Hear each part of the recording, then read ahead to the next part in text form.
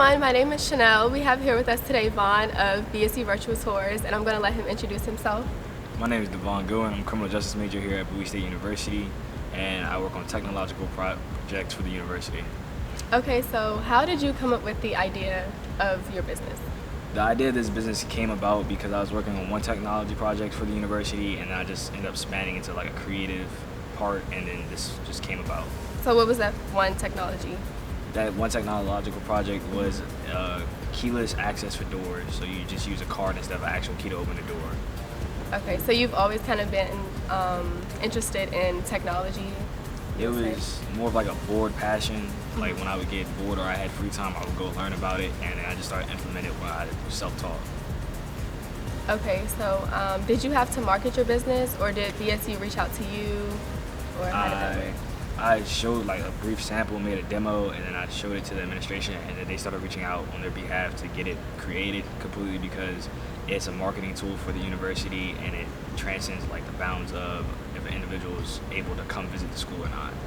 Okay, is it shown on like BSC websites and etc.? It'll be shown eventually, but it's still currently under construction. So since it's under construction, I have to do some tweaking, take more photos, and do some other things. Were there any like licenses or documentations and LLC, etc. required?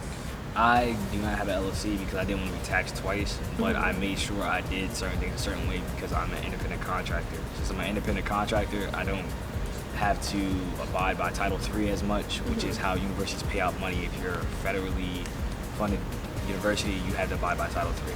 I don't abide because I'm an independent contractor and a student employee. These two contracts don't conflict at all. So when you say taxed twice, what do you mean by that? My LLC would have been taxed, and then I would have been taxed because it's state money. So I would have just taken the state money as I am now. Okay. So did you face like any challenges, or what are some of the things that were hard for you? It's hard to really go in depth and do these types of things because I was never formally taught. I just was self-taught. And then the other thing that I had to deal with was ADA compliance. I didn't know what it was until somebody brought it to my attention. ADA stands for American Disability Act. Okay. So I had to make sure that if an individual is blind, they can actually still use the virtual tour. If they're deaf, they can still use the virtual tour. It's hard, but it's still in the process of being. So that's something you learned on your own? Yes, because those obstacles I had to sit down, read, create loopholes myself, or find something that applies to those people's needs.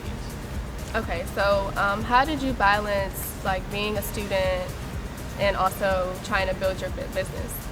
I balanced it by if I had free time and I wasn't trying to be social or wasn't trying to go out, I would just be doing this to get it done. And then now I balance it because I just set time aside to do it like it's an actual job. Did you work another job, or this was the only? I currently work as an RA, so I'm a Okay. resident assistant for the university.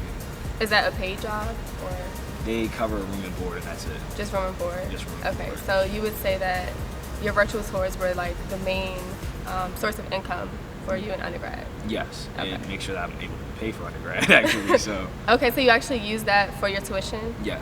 Oh, okay. Cool. How do you feel like your business impacted your personal growth as a student? My personal growth as a student was impacted because I know more people in administration that I probably wouldn't have known. And they know me on a first name basis, they know who I am. Come up, they say hello, shake my hand. And then on top of that, I've opened up to see like more disabilities that inhibit people from certain things in this life. So it allows me to just be more open-minded and just know more people.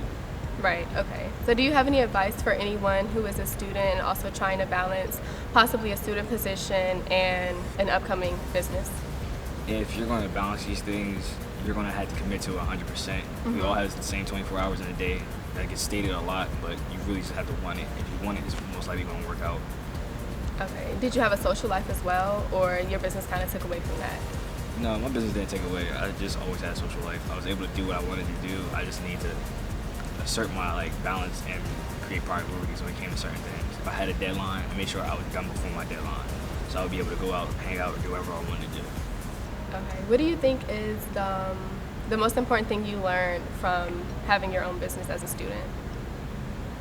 There's always going to be some type of obstacle. There's always going to be something that you're not going to think about that's going to come up, and you just need to be able to roll with that punch or roll with whatever is going to come towards you.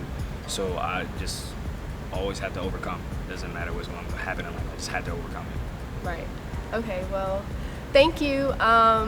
That is how Vaughn did it, and if you want to know how you can do it, read Earn While You Learn by Robert Thomas.